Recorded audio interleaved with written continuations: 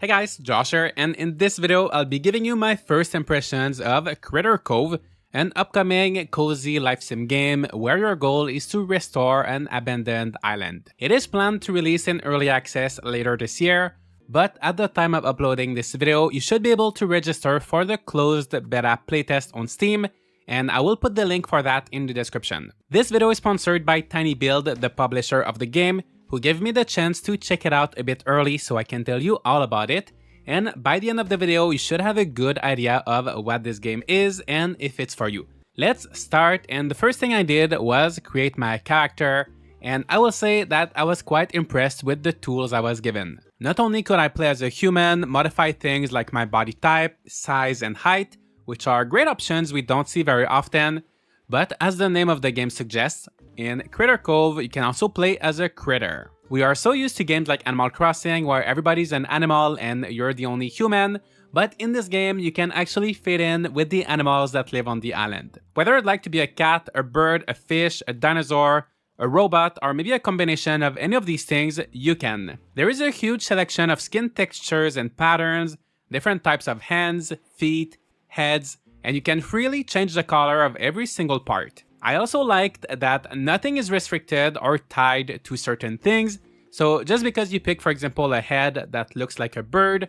doesn't mean you can't have antlers or something you wouldn't expect a bird to typically have. It really gives the player a lot of freedom, and as for me, I decided to play as a frog. After spending quite some time creating my character, I finally landed on Critter Cove, which looked to be in a pretty sad state. Even though they were all very colorful, buildings were abandoned, windows and doors were blocked with wooden planks, and plants were taking over. Obviously, things were not looking well. I could immediately tell that the developers put a lot of care into creating this abandoned place, and I love the atmosphere. I noticed so many little details everywhere, all of the buildings looked different, and I could feel that it used to be a thriving little town.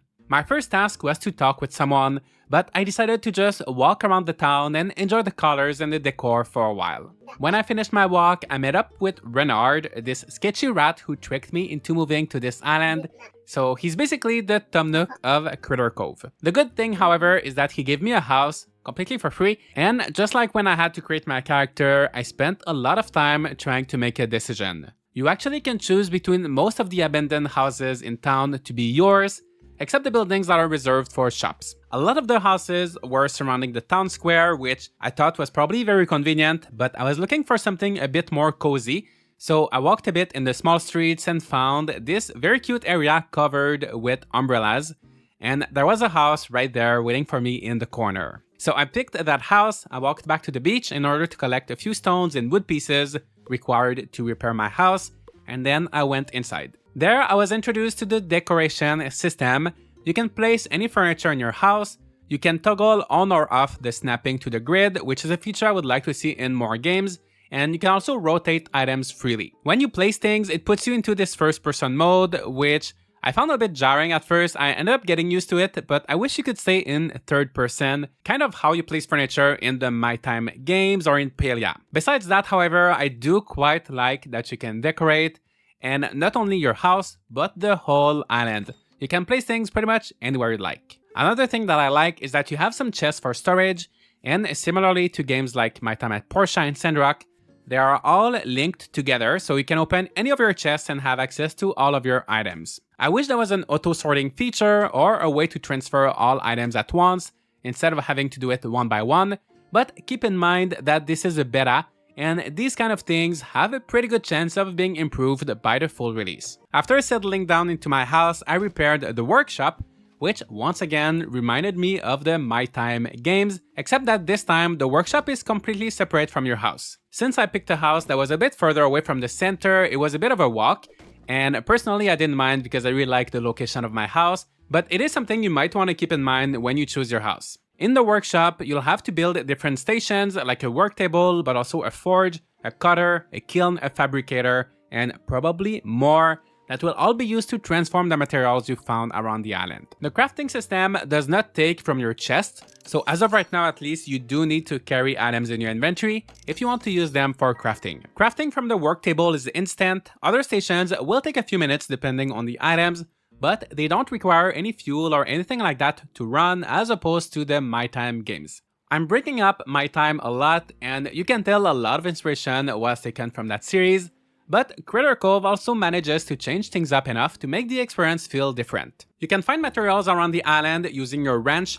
axe, and shovel, which are used to dismantle, chop, and dig up piles of scrap, trash, and broken furniture. Tools are selected automatically. You simply need to interact with something and your character will pick up the proper tool, so there's no need to switch between any of them, making things very simple. You actually can also change manually using the hotbar, but I have not found any specific use for that yet. As you dismantle and break down scrap, you will also learn new crafting recipes.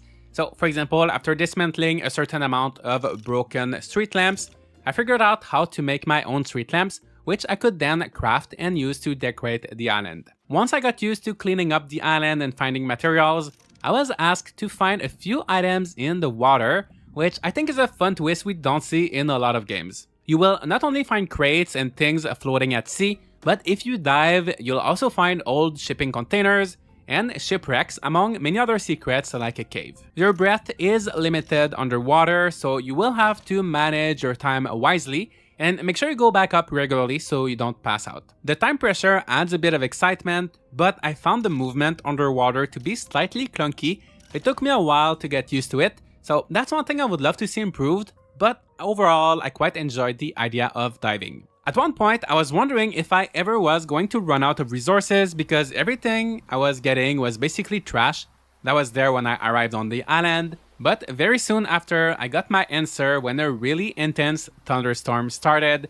It lasted only a few hours in game, but right after, new things to collect and new shipwrecks appeared, removing my worry about depleting the island of resources. As you work, your energy will decrease, but it can easily be refilled either by cooking or sleeping. So cooking is done through a campfire or cooking station by combining ingredients, and there's no recipes to choose from, so you do have to experiment. For example, you could simply roast these drumsticks, which look like chicken, but they actually grow on plants, to make some cooked meat. But if you add some flour to them, you will end up with fried chicken, which will refill more of your energy.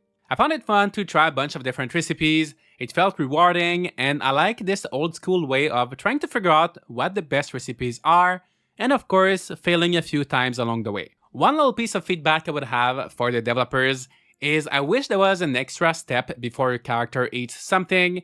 So in most games, you would have to select the food using the hotbar, then right click or press a key. But in Critter Cove, it just eats it right away as soon as you select it. So let's say that you have raw food on number 3 and a cooked meal on number 4 on your hotbar.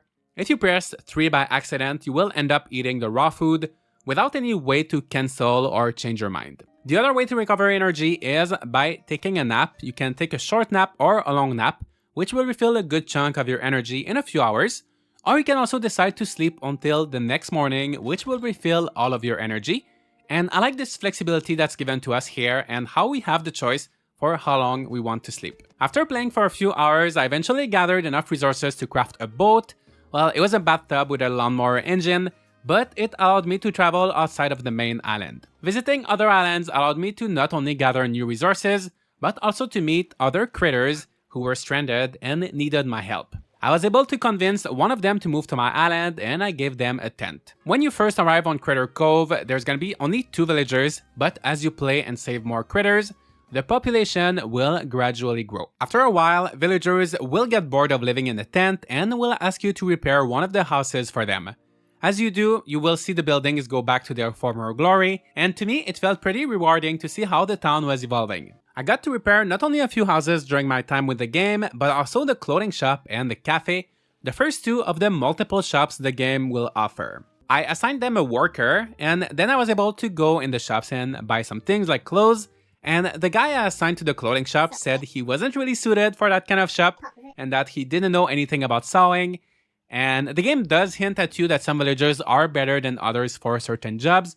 I'm not sure if it actually makes any difference, but I like how you can actually choose who works where, and that they seem like they at least have their own preferences. In order to remain open, shops require to be maintained, which can be done by placing a few materials in a box, and failing to do so could result in the shop closing and the happiness of the town decreasing. The maintenance didn't seem too bad with just the 2 shops, but I wonder how often you'll have to maintain and put things in those boxes, and I hope it's not going to be too overwhelming once you have a lot of shops. Critter Cove also has a town ranking system from 0 to 5 star, similar to Animal Crossing New Horizons, and as you restart a town and make sure everybody's happy, the rating will increase and you'll unlock the ability to repair more shops and welcome more residents. So after repairing the first 2 shops, a guy came to evaluate the town, and at that point, I think I had done all of the quests and most of the things I could do in the current build of the game, but I'm looking forward to keep playing and seeing what Critter Cove has to offer. Overall, you can probably tell, but I feel like this game is a good mix between Animal Crossing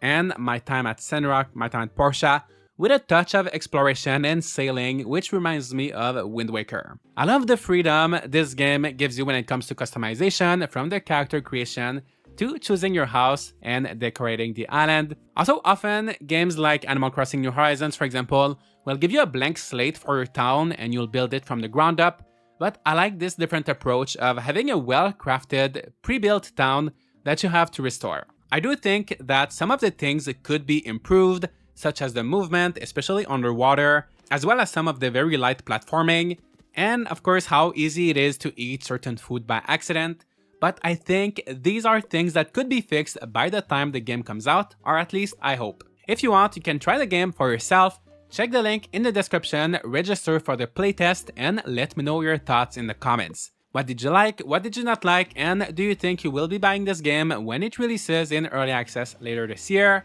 Thanks to tinyBuild for sponsoring this video. Leave a like and subscribe if you'd like to see more content on Critter Cove, and I'll see you all in the next video.